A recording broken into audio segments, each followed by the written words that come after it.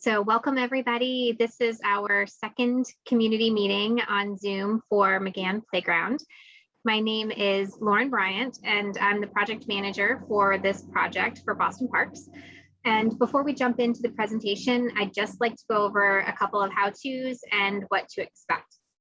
Also wanted to let you know that interpretation wasn't requested for this meeting, so tonight's meeting will be in English, but for any future meetings, please know that we are eager to hear all voices and are able to offer translation and interpretation services free of charge. And so if anybody's interested in that, or if you have any friends and neighbors that are interested, just email me and we can get that set up for everybody. And I'm going to go ahead and pop my email address in the chat for everybody if that's something you're interested in. Next slide, please. Also, just wanted to make sure that you know that tonight's meeting is being recorded. And it'll be available on the project website within about a week. So it's also to make sure that those of you who might not have been at our first meeting to know that we have a project website. So I'm going to put that in the chat for you guys as well. We'll post things occasionally on that website. And also, again, if any of your friends or neighbors can't make it, please let them know that it'll be there so that they can catch up on tonight's meeting. Next slide, please. We want to make sure that this conversation feels accessible to everybody and that each of you feels comfortable sharing your questions and comments. So please be respectful of people's time in the conversation. We also want to make sure that you can, if you think about it, you can submit questions in the chat as well. Next slide, please. So in order to do that, there is a bubble icon at the bottom of the screen, which is the chat function. So that's where you would put those questions in the chat if you have them. We have several ways that you'll be able to engage with us tonight, including putting your questions in the chat and getting feedback throughout, and then we'll have an open discussion at the end of the presentation. And I also just want to throw out there, unfortunately, we had an issue with some Zoom bombing in a chat at a meeting last week. So for right now, we are going to leave the chat open for questions, but just as a heads up, if something happens like it did last week, we'll need to lock down the chat, but people will still be able to have a conversation with us verbally. So that's hopefully that's all the housekeeping. Next slide, please. So now on to the project, to the exciting stuff. So I want to thank you guys again for your time tonight. I know it's really hard doing a lot of Zoom meetings, and it is, looking out the window, a very beautiful night tonight. So appreciate the fact that you guys are here and taking the time. I also want to let you guys know, so the agenda tonight, we're going to introduce the team, do a quick project overview and review what we heard from the first meeting that we had. Then we'll go into the presentation of design concepts for the park, and then we'll have time for discussion at the end. Next slide, please. So for those who joined a little bit late, my name is Lauren Bryant, and I am the project manager for Boston Parks for this renovation and 8 to 10 other parks throughout the city. Christine Brandeo is here from Parks as well. She is our outreach coordinator and a really great resource for things like Parks Friends groups. So she's here with us tonight. I'm also going to introduce our design team from G2 Collaborative, and maybe each of you could give a little wave when I say your name and then introduce yourselves as you speak during the presentation. We've got Gigi Saltonstall, Lisa Gierbach, and Patricia Noto with us tonight. Next slide, please.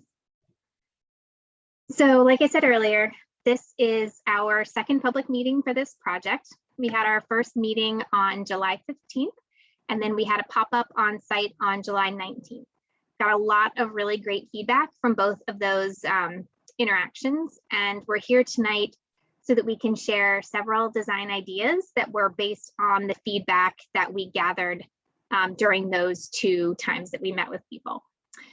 We also are going to be hosting another pop-in at the park this Monday, September 27th. From 4 to 6 p.m. to do the same thing we did last time, talk to people in the park, meet them where they are. Obviously, we'd love for you guys to join us as well if you guys are available too.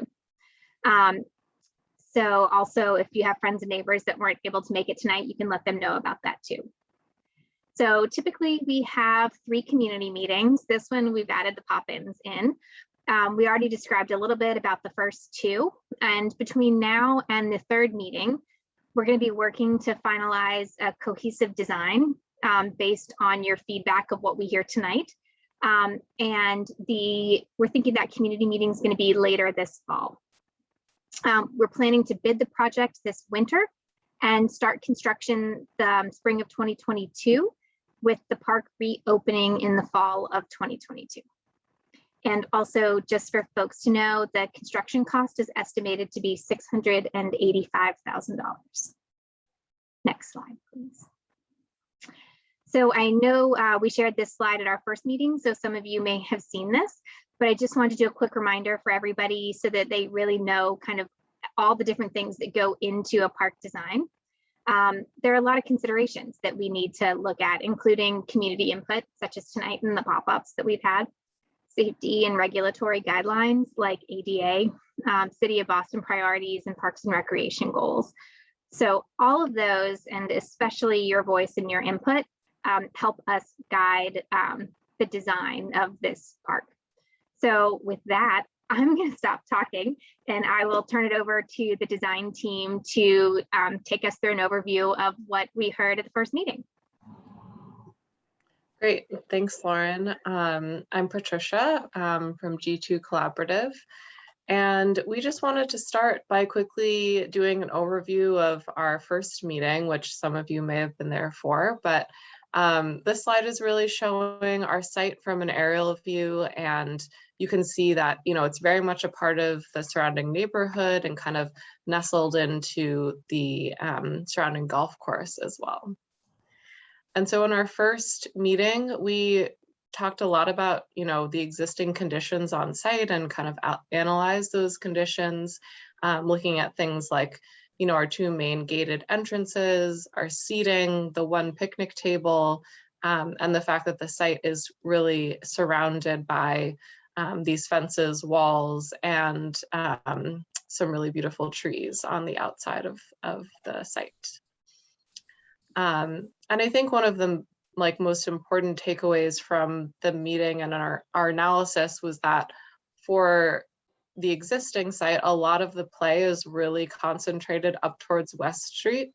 And so a lot of the middle of the site becomes this passive play, and much of the outside of the site becomes, you know, kind of limited access. And so we're thinking about that as we move forward into our proposed schemes. We wanted to talk a little bit about all the feedback we heard from you all, which was great, both at the first meeting and the pop-up we had on site. And we heard a lot about, you know, just we really need to update the play equipment. And we talked a lot with folks about just what kinds of play equipment their kids really like and would like to see there in the future. So we heard a lot about rope climbing, spinners, wanting more swings than are there right now. People like the water play on site, but it could be updated. It would be really great to have a dedicated space for toddlers on site. A trike loop would be really fun because some of the kids in the neighborhood are already learning to ride their bikes in this park, which is awesome, but may not have quite the space to do that right now. Better slides and monkey bars all came up. We talked a bit, especially in the first community meeting, about the need for dog bag dispensers, because that's really kind of an issue in terms of using much of that open space right now. And so if we had those on site, that would be really helpful. That kind of leads into the next one, which is feeling like the whole back almost 2/3 of the site isn't really being used and could be better used. And people really want to use that space for things like exercising and having birthday parties.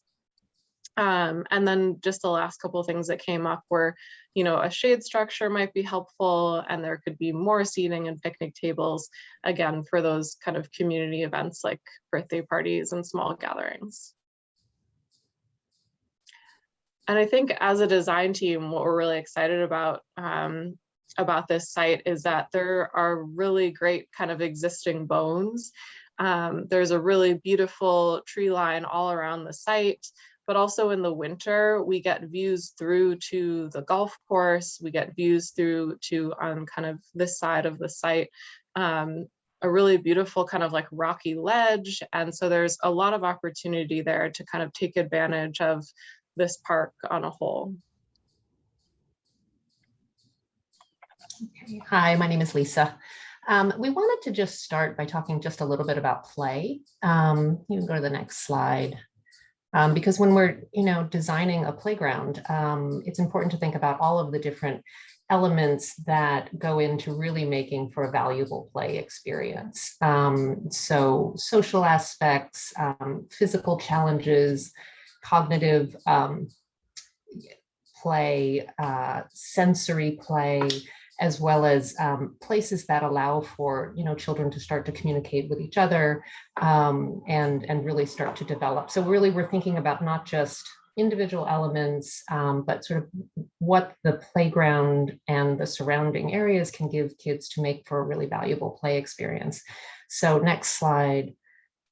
So for instance, when we think about the sort of social and emotional play, like what lends itself to that imaginative play, and can we create, sort of wonderful seating areas and picnic tables for gathering, thematic play elements, imaginative play and playhouses.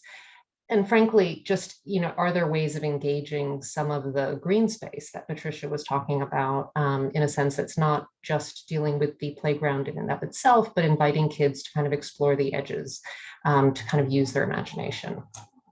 With physical play, we're talking about gross motor skills, fine motor skills, giving them opportunities to challenge themselves in a sort of healthy, risky kind of environment.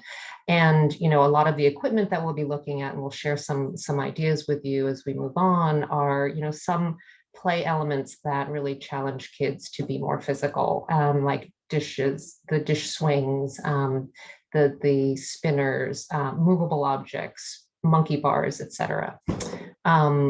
With sensory play, there are so many elements now that, help kids with sort of disabilities, and help them sort of look at touch and feel and auditory components, right, in the sort of push-pull elements and textures and spinning and movable objects and things.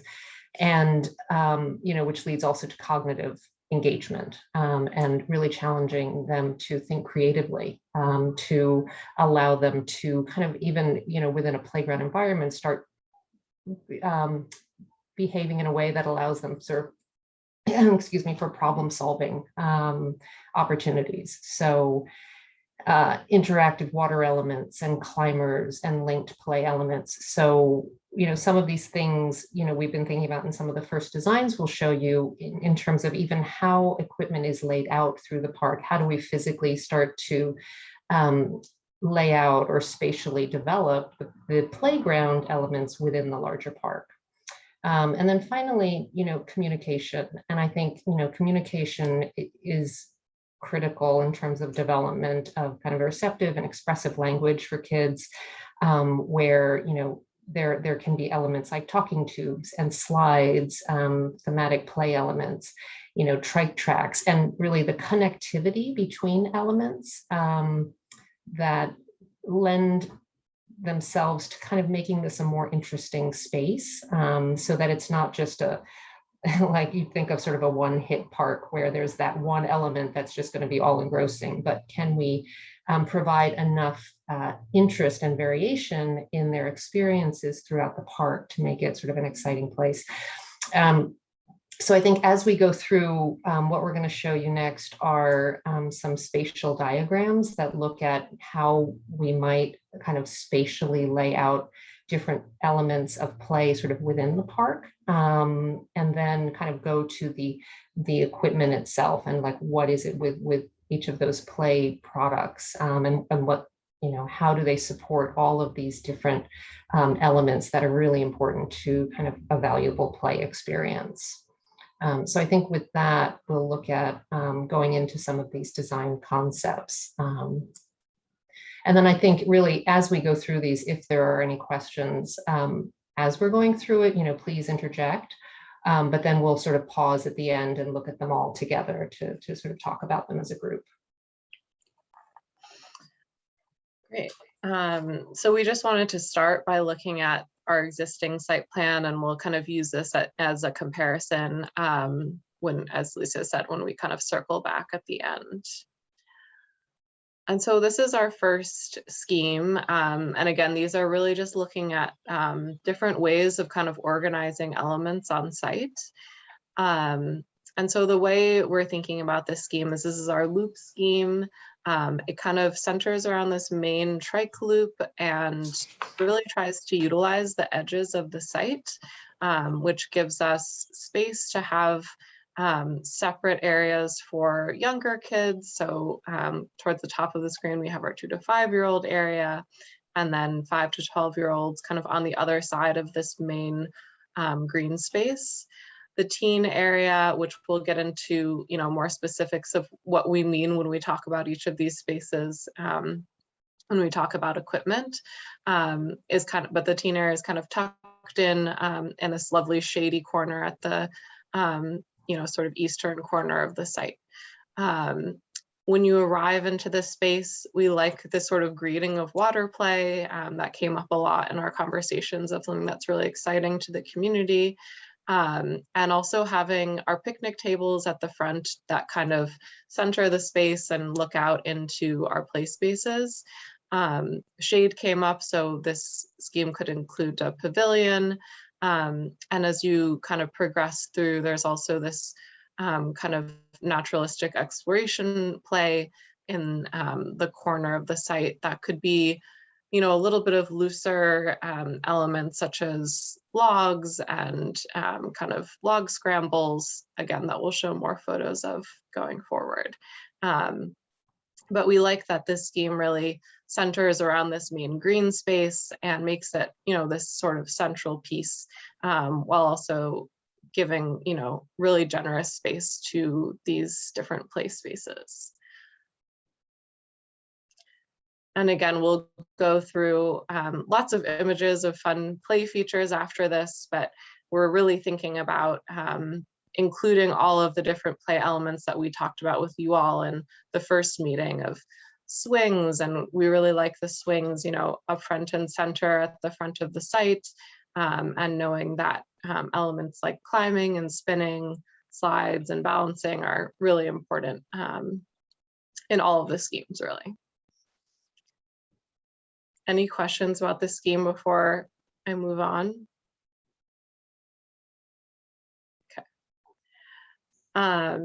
The second scheme, B, which is sort of our central play space scheme, is looking at both a more kind of centralized entry plaza and this sort of promenade that comes into our play space that could also provide seating.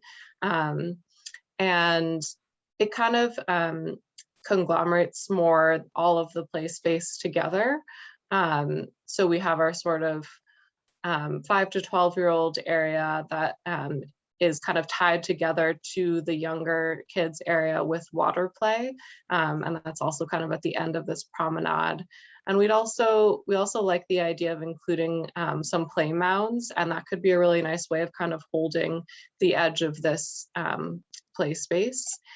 And this scheme also has, a trike loop that runs around, and we kind of swap our teen space into this corner while having swings for younger kids right next to the 2 to 5-year-old play equipment. And again, we have this naturalistic exploration area in this corner. And so again, we'll come back to some of these individual elements, but in each one, we're really thinking about how every type of play comes into and can fit into each of these schemes. And this scheme also thinks about, including some more shade trees, some planting in this area, and also including a nice shade tree so that there's some shade on this kind of central play space. And then our last scheme, which almost becomes a little bit of a hybrid of both, is what we're calling our charm bracelet. It's just really this idea of this kind of central loop with spaces that kind of drop off around that loop. And so our 5 to 12-year-old play area is kind of front and center when you come in, along with that water play. We have picnic tables at the front with a possible pavilion or shade element. We have a really nice, generous area for the 2 to 5-year-old area, including some swings on the side. Our naturalistic exploration, which again also could have some planting in it, like some small trees.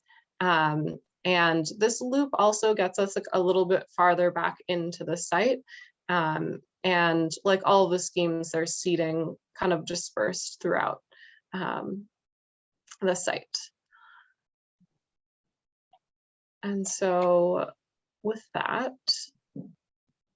we thought we'd throw them all together on a slide in order to just sort of contrast and compare, and just wanted to ask a couple of questions if people don't mind chiming in. We know you're just seeing these for the first time, and that's also what's great about having our pop-in of, we'll have more time to get feedback from you over time. But it would be great to hear if there are specific elements about these layouts that jump out to you all, as a parent, or, putting your kids cap on and thinking about what would work best for your kids. So we'd love to hear any initial thoughts you all have. So there's a question, David put a question in the chat about the splash pad area and whether it puts water at the entrance and interacts with the bike path. I think, David, that we would allow for enough buffer space around it so that it's not getting everything around it wet. It also will show you some examples of the type of water features that we're talking about. They're not, they're pretty mellow. I mean, they provide water to cool people down, but they are not kind of wild spraying things that have a kind of big throw to them. So, but you're right, we will want to make sure that there's enough of a buffer around that so that people can get by without having to be required to get wet. If anyone wants to raise their hand, I'll mute you and you can speak too.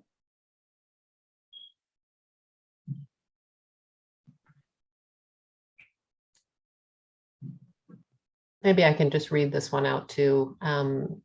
Chrissy says, I like scheme 2. I have a toddler and young children. That design seems like it would, for young children, that seems like it would work best. I love the water play component. David, you can go ahead. Thank you. Yeah, I also agree. I think with scheme 2, I think with the circle being around the whole place gives, I think, everyone a chance to see their child if they're riding the bike around and stuff. I missed it because I was trying to type, so I missed the explanation of that one. But looking at it now, I mean, it looks good. So we can, I guess, if other people comment, I'll let them do their comments. Thank you. Someone made a comment about liking the loops in scheme A and C. I think what we liked about the loops there was just that it was yet another, it was like a way to reach out into the site, which right now feels a little bit like there's no reason to go back there. And so, is there a way that we can make it feel more accessible in terms of like really reaching out into that open play space? I think to answer the question that C. Kim, I'm not sure what the first name is there, asked about the tables being dispersed. So we actually talked about that a lot when we were looking at these concepts, is that we wanted there to be a group of tables together, because one of the things that we heard at the first meeting was that people used the park a lot for social gatherings, for birthday parties, that sort of thing, but were required to bring their own tables because there wasn't enough space to have a gathering of a couple tables worth. And so one of the things that we talked about was to group a few tables together, but to also have some like a table and seats spread out throughout the park. So that is the plan. It's just a little hard to tell at kind of this level of detail, but that's a great question.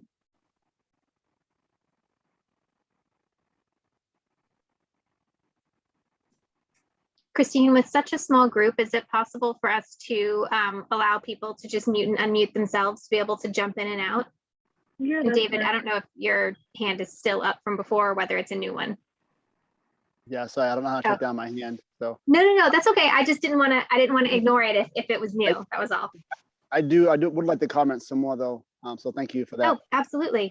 I was able to go back and listen to the first one. I wasn't there, and I can hear swings if they're going on from where I'm at my house. So it's pretty close to where I'm located. One question I have is, I noticed you mentioned before about the dog deposits in the back area, and I think there was a comment about having the terrain maybe be less, I don't want to use the word friendly, but maybe not having all the grass area or having some other kind of makeup of, I mean, you can't really do like fake stuff, but something that wouldn't provide a space where even if they clean up their dog stuff, it still leaves something there, right? You can't get a clean sweep sometimes when you do, even use a baggie to pick it up. So just a thought along that line, if we do have open space for people to play or kids to run around with a ball, and granted, we don't want to close out dogs, but in the same measure, it was discussed about just maybe having a different terrain. So I don't know if that's still an option and what you guys' thoughts are. I'm done with my question.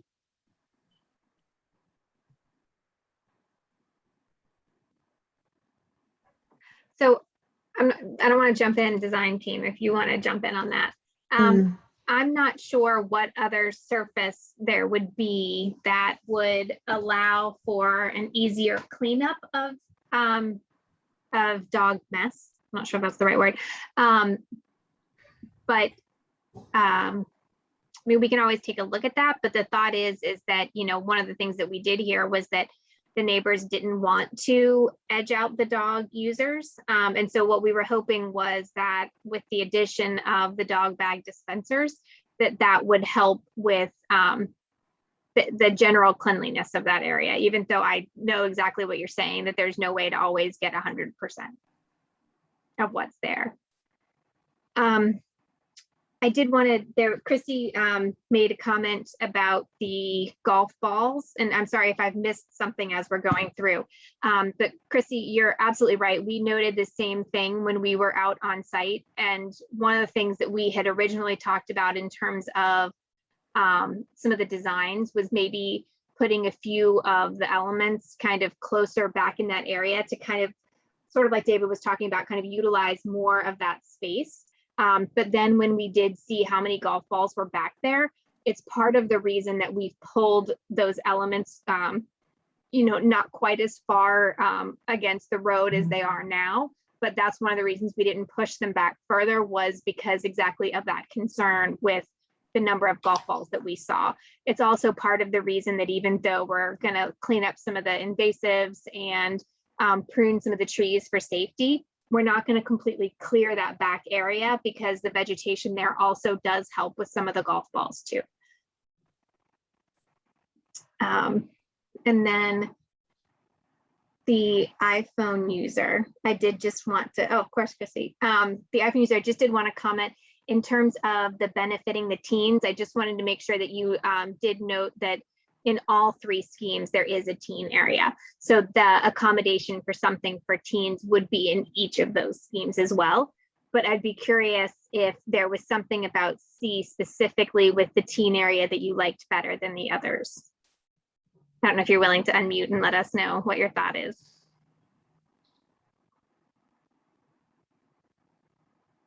Hi, this is Francie. I live on Sharon Street. I did like the A better, but because of the picnic table, that's so A includes and the way it's set up. So I think that's why I liked it better. So the combination of the two is, for me, it's like better. You mean A and C? And yeah.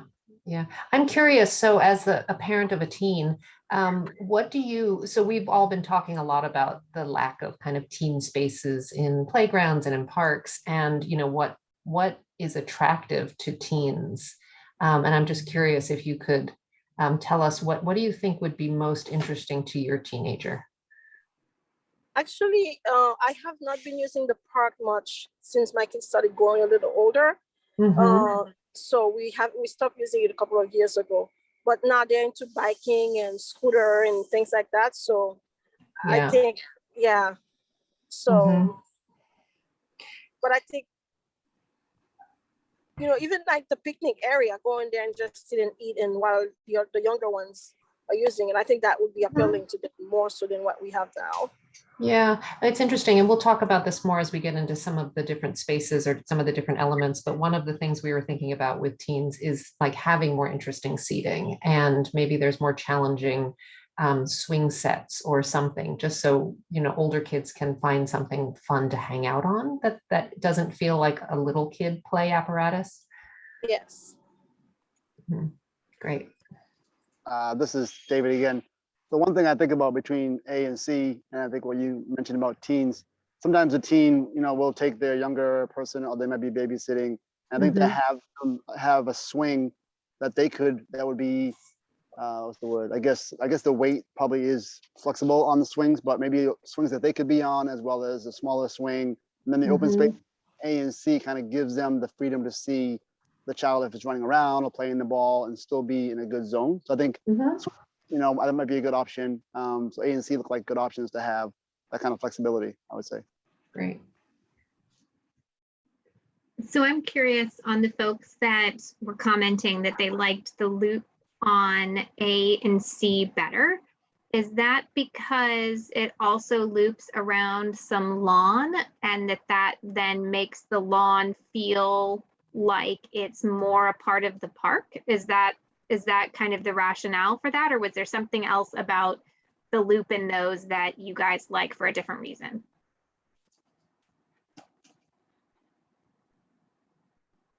I think that was it for me. Okay. It's always good to kind of understand why you guys liked the different parts of the different schemes. Yeah, it's interesting. Someone just commented in the chat that A and C seem to turn more of the space into active play areas and claim that grassy area within the loop. And it makes it less wild, maybe less like out in the back, you know? Yeah, that's a good point. That's a good thought on the dog owners.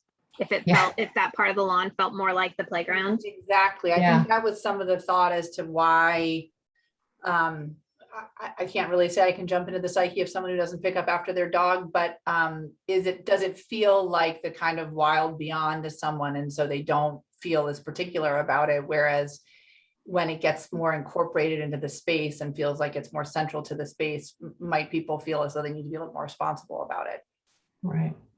Yeah, and I mean, just kind of looping back to David's question, and it was a hard one to answer, and I think we were all just sort of thinking about it, like, what else could it be? I don't know, but it may be, David, that maybe it, you know, it can still be lawn, but it's going to feel like, if it feels like everybody's watching that piece of lawn, people may be less, and maybe this is not a great thing to say, but less comfortable just letting their dogs kind of be out there and mess on the lawn, and they may just want to, you know, as a dog owner, I try to keep my dog on the curb side, so they may just be more cautious about that. No, I think that's true, and I think that lends to a good point as far as it being more visible, and if people are there playing and stuff, it's more of a conscious thing too. So yes, I agree. So thank you. Yeah.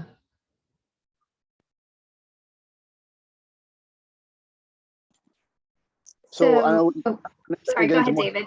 Go ahead. Sorry. No, don't apologize. That's why we're here. So you're going to get into more details about the particulars, so I don't want to take up that time. But the little push things that are there now, the little splash push buttons, spray down like a shower, is that similar of what you guys are going to have, what you're offering? Then I guess we can just go. We're gonna show you some options and ask your opinion.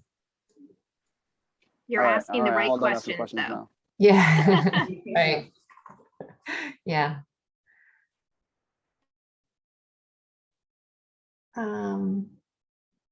What do you think, Lauren? Should we go on to the specifics, and we can come back to these also so. We can at always, the end? Yeah, we can always jump back. Yeah. Oh, wait. Well, yes, so we can talk more about the pavilions too. That just popped up, but we'll talk more about that. Great.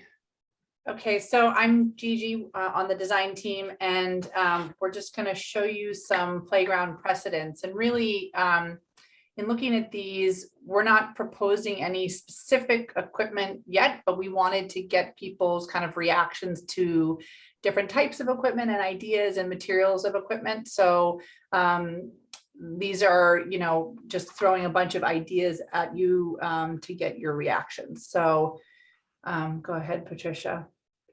So this first example is just showing that there really is this incredible range now of equipment. You can see on the right-hand side, a more kind of typical post-end platform type design, but then in the front, that metal and plastic and rope ball that's actually a climber and a spinner at the same time. And then you can see in the foreground some younger age equipment as well, some climbing and balancing equipment. So, and this is a particular kind of color scheme and theme. Next slide. And you can see that really varies. You know, here's a different material. This is all a stainless steel installation. Also has the rubber surfacing underneath it. But the pattern of that kind of plays off of the landing zones for the play equipment. Has some planting integrated, you can see behind that. So this is kind of yet another style of play equipment that does invite circuiting. Then within kind of specific categories, these are all different types of climbers. And again, you can see different sizes. The upper right is a kind of younger age group. We are seeing, you know, there is a lot these days with the rope climbers. So we're interested to hear what you think of those. Those have are a pretty popular item. And then even in the lower right, you can see there's a climber that's a kind of faux stone climber that brings in a little bit of a kind of natural theme. We do have that ledge right adjacent to our site. So there are ways we could try and kind of incorporate some of those external pieces of the space and bring those into the play areas and the play equipment. Next. Monkey bars are a perennial favorite. I was never able to do monkey bars even as a kid, but I still aspire in my adult life to be able to do a monkey bar. But lots of different styles of those. Next. Spinners. There are all sorts of disc spinners and rope spinners and chair spinners. And again, it's a really important part of kind of diverse play for kids to have the opportunity to spin. So we will look at those elements somewhere being on site as well. Go ahead.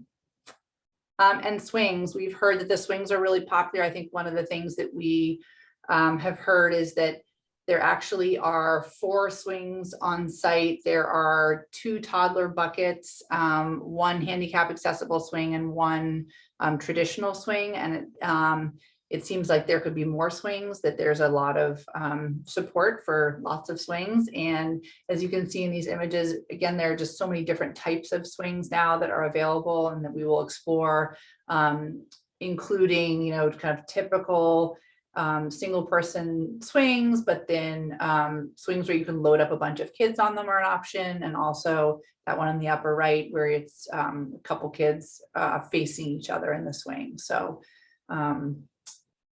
we will incorporate a variety of swings out there. Next. And another important component, bouncing and balancing. That can also be a part of a circuit of play out on site. And there are, you know, again, now a million different ways you can bounce and balance on play equipment. There's a springy kind of lily pad that you see in that top left, a more traditional seesaw. And then you can see on the right, even there are seesaws that are for standing as well. You know, while you're on this slide, Gigi, too, it's sort of one of the things that that image on the upper left with the balancing, where you see two kids on one element, and then, you know, there's sort of then a climbing element next to it, and then a platform on the other side and climbing beyond. A lot of these different play features do have this kind of circuiting that can happen where, you know, these elements are linked together. So it's a more challenging kind of play, and it's one that I think allows for a lot of imaginative play in terms of kind of journeying through this different equipment, you know, which goes back to sort of what we were talking about earlier of having elements that aren't just kind of like a one-off, but that really do engage their imagination and their interaction and their kind of learning cooperation with each other. And so those are some things that we're thinking about in looking at all of these different elements. Next. And then water play. And I think, you know, there are, as I think it was David was asking about the water features that are on site now that are a push button and they rain down on you like a shower. There are, I think, ways that we can make it a little more enticing, a little more interesting for kids with, you know, there are these flush mounted water jets that you're seeing in 3 of those 4 images that can be, yes, they can be push button activated, but then they can also kind of be on a timed cycle where they come up at different times and at different heights and kind of make for some interesting surprises and guesswork for kids. They also, when they're flush in the ground like that in the winter, when they're off, they feel less like a kind of abandoned part of the site and can easily be integrated in the way that people use the park at other times. The lower left is more of a misting feature, which is fun just because kids run through it like it's a small tunnel, and it's just another kind of low water flow way to provide kids a space to be able to cool off, and, you know, make for kind of a fun sculptural element when they're not on as well. So these are all the kind of these are types of options that we are exploring that, again, this isn't, you know, we're not trying to create a kind of massive water park, but we want to create a, you know, playful element out there that is great for keeping people cool in the summer. And Gigi, sorry to jump in. It can also be a combination, right? There could be a misting element and some of the spray features that come up. It's not necessarily an either or. Like, I don't think you'd want to do every single one of them because then it seems like a jumble, but you could mix a couple of different things. Yeah, that's correct. Next.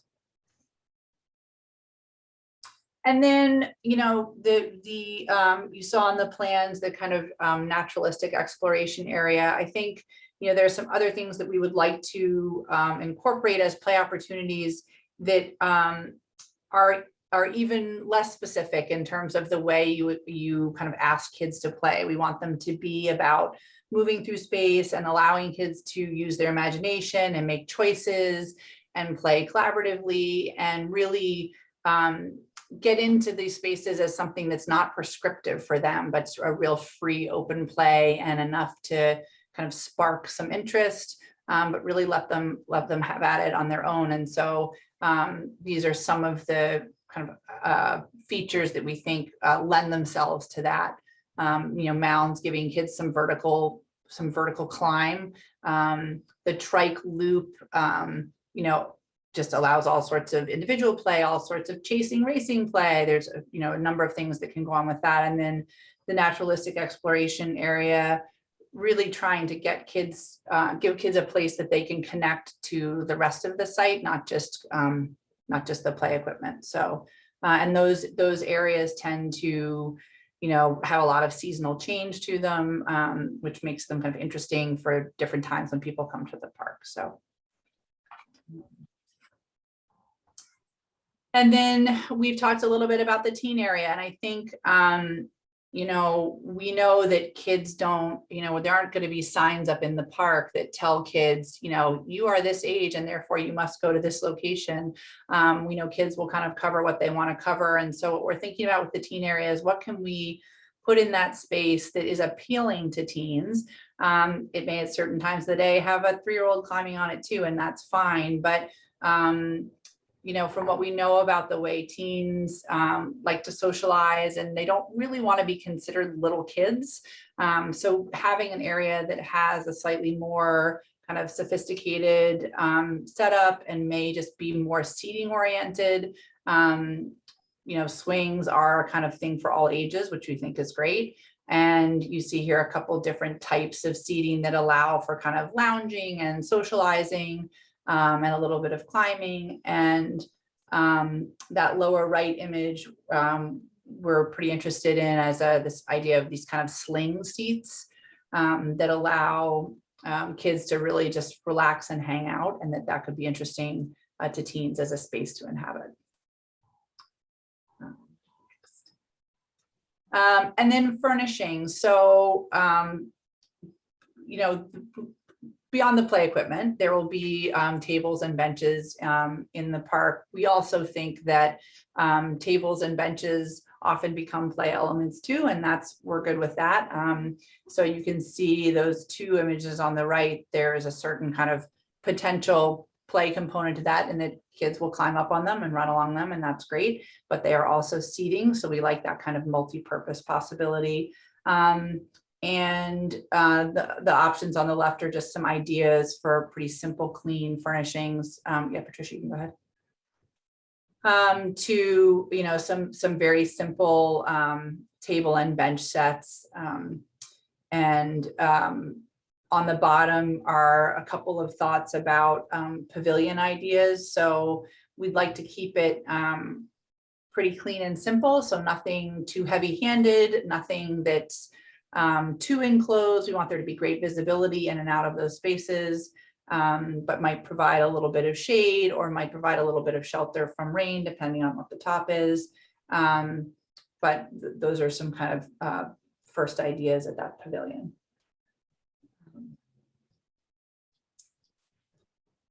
So that's what those are the precedent images that we wanted to share with you, and we would love feedback and thoughts on any of those pieces or anything that you wish you had seen and didn't see. And also we're happy to jump back to the schemes too, to talk about anything in those contexts as well. So we will open it up. David has his hand up. Does he have to be? Yeah. Yeah, I know. I'm open. So I'll try to be quick. So I think it looks great, and I guess you have enough money. There's a lot of stuff there looks really beautiful. So I appreciate all that you guys are doing. I have older kids now; they're adults, but I do have young kids that we take care of at times.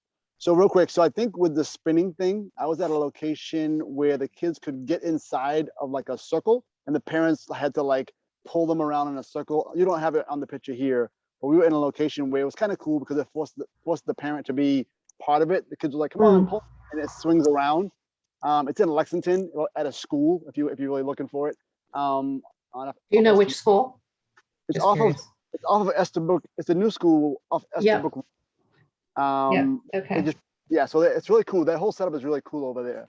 But in essence, I would say that kind of spinning thing maybe, and then the little pop up out of the ground water thing with the misting thing might be cool. And then the teen sort of slouching area are sort of my comments. I think a lot of people on the call may have younger kids, so I'll let them take up.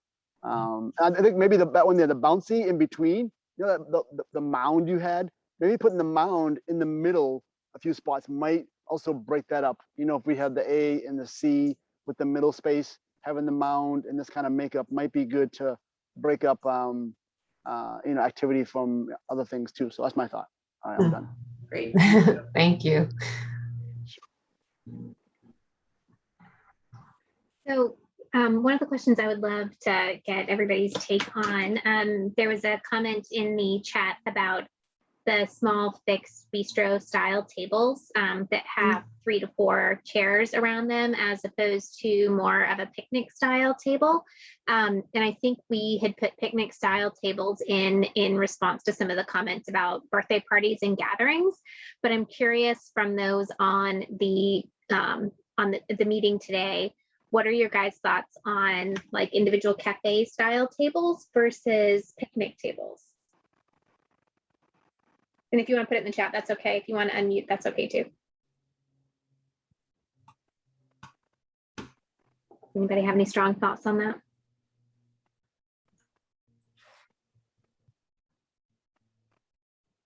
Or what the picture? Can you show us a picture of it? So we have pictures of the picnic tables, but not of more of a cafe table. So more of like a table with individual seats, even though the seats are all fixed and mounted. But it would be more individual chairs as opposed to bench style seating. Yeah. And your question is which one? Does anybody have a strong preference? There was a comment in the chat about tables with the individual chairs. But we had only shown the picnic table style tables here. So I just wanted to get other people's feedback on the difference between those two. I mean, I think to one degree with COVID, individual chairs, although you're not 3 feet apart, might be a factor, but hopefully COVID won't be with us for a long time. So. Well, and it's interesting that the clarification that came in the chat, though, with the one picnic table currently on the space, I hesitate to use it with just my small family. I think I hear you on that. And I think part of that is when you only have one out there, excuse me, there's this sense that like, oh, I can see now you're feeling like you don't want to take up all of that when there's just one available. I think when there are multiple tables out there, you may feel more comfortable taking over one of them when there's still options for other people too. So, but I hear you, that one table out there, that puts a lot of pressure on that one table. Yeah, the other thing that we had talked about when we were sort of talking about these designs before showing all of you guys, one of the things we talked about, like I said earlier, was maybe there are a couple picnic tables in like a main area that could be used for a gathering, but maybe there are a couple things that are spaced out throughout the park. And one of the things we had talked about was the possibility of it being like one of those cafe tables. And some of those can have like a game table on the top.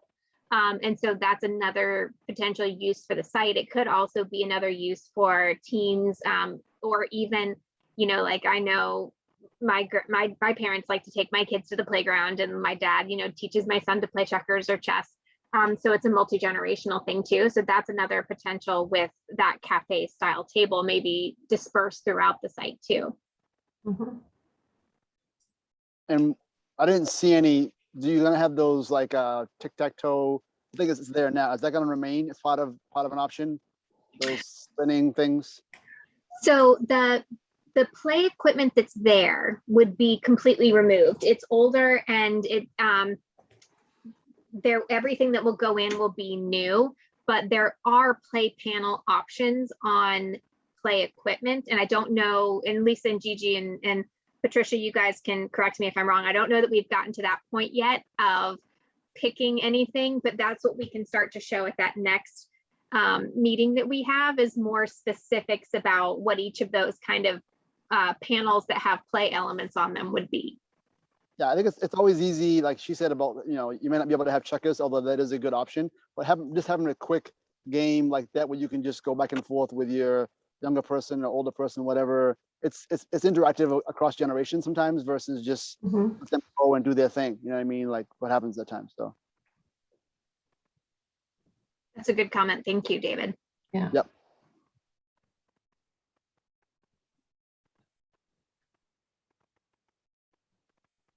So I guess that's an interesting question that I'd be curious about.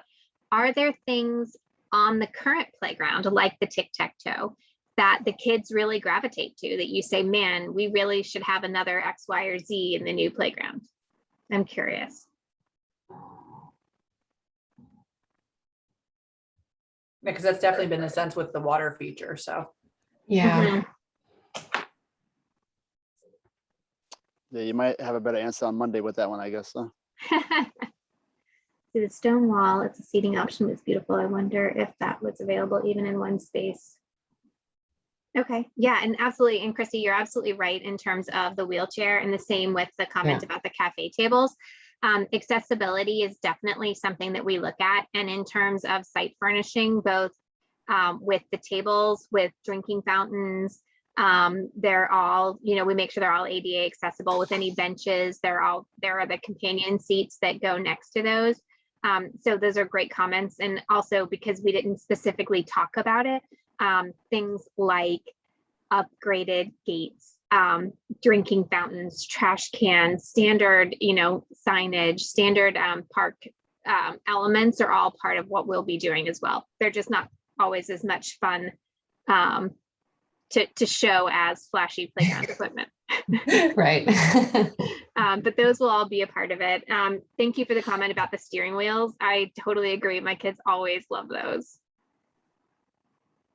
I was at the Muni the other day, municipal building, and they have these little, I don't know, they're like the things that the kids have to find, like they're like hidden like a butterfly. I forget what they are, but I don't know if that's part of, it doesn't seem like it's part of this, the makeup of what you guys are showing, but I think I was kind of impressed. I was over there volunteering and I heard the kids go and find these things throughout. I didn't even know they were there. Those little bell and stuff. So I think those kind of things might be cool, like a, you know, discovery type thing that might be a part of the structure.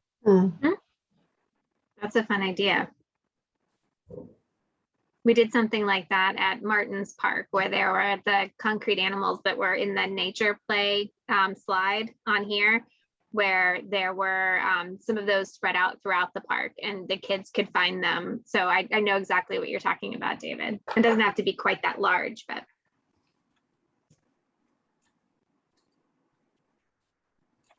Yes, and Chrissy, thank you, the wood chips comment.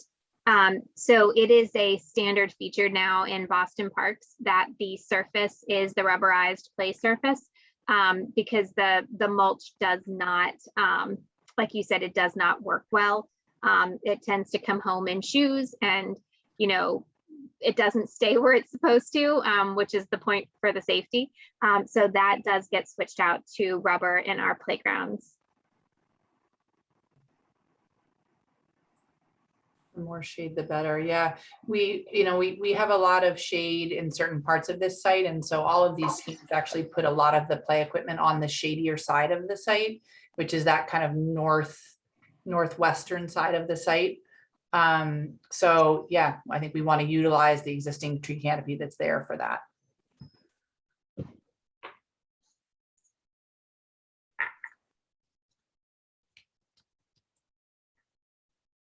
Lisa, if you're talking to us, you're muted. Sorry, my dog was barking. So the seesaws, your comment about Chrissy's comment about the seesaws, I do remember that coming up last time, and that when the seesaw was taken out, it was missed. So I think elements like that are definitely on the table. Yeah, right.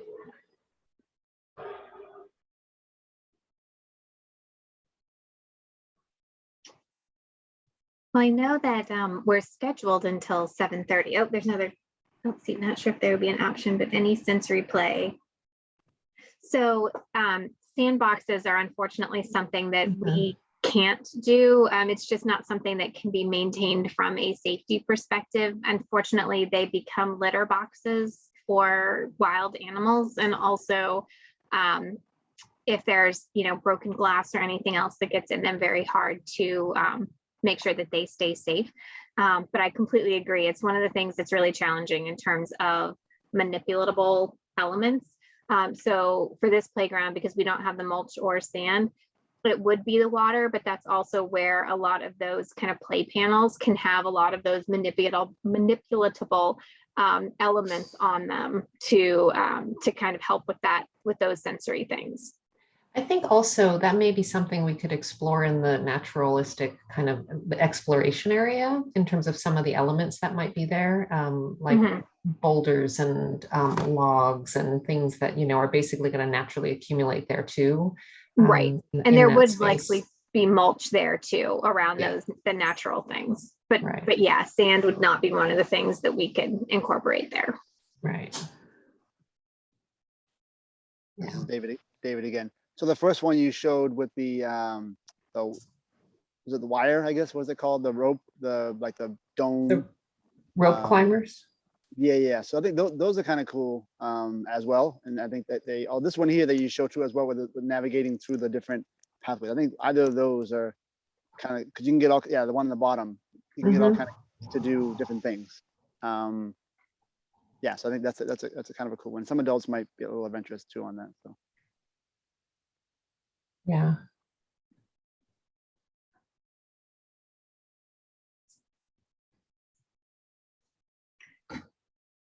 Well, and I am happy to stay on, but I also, it sounds like some of the comments are dwindling a little. If if there are any other comments that you guys have, I'm happy to stay on, but I also do, in case there are people that need to pop off, I do just want to say thank you guys so much for all of the comments tonight. This has been really great. And maybe we'll see some of you guys on Monday too. But again, for anybody who'd like to stay on or has more comments, we're happy to stay on. Yeah. All right, this is David again. I think a slide, if a slide wasn't an option someone put in there, I would say a slide probably is always good, right? So. Oh, yeah. Slides, definitely. Yes, and so please, on Monday, if folks are around, just pop by. It'd be fun to sort of see these drawings out on site and really be able to picture sort of where things are going to be and what it might feel like. Oh, so there's a comment about rock climbing. That's an interesting thought. I'm not sure with the site being as flat as it is, how that could be incorporated. But we can always see if there's something we can. Yeah, it's interesting if that were a component that was part of a play structure. You know, there may be things like that. Yeah. Mhm. Yeah, I think it is in one of the photos we showed. There's one of the post and platform ones shows a rock climber. And also the Mobius kind of piece. Yeah. Right. Mhm. Yeah.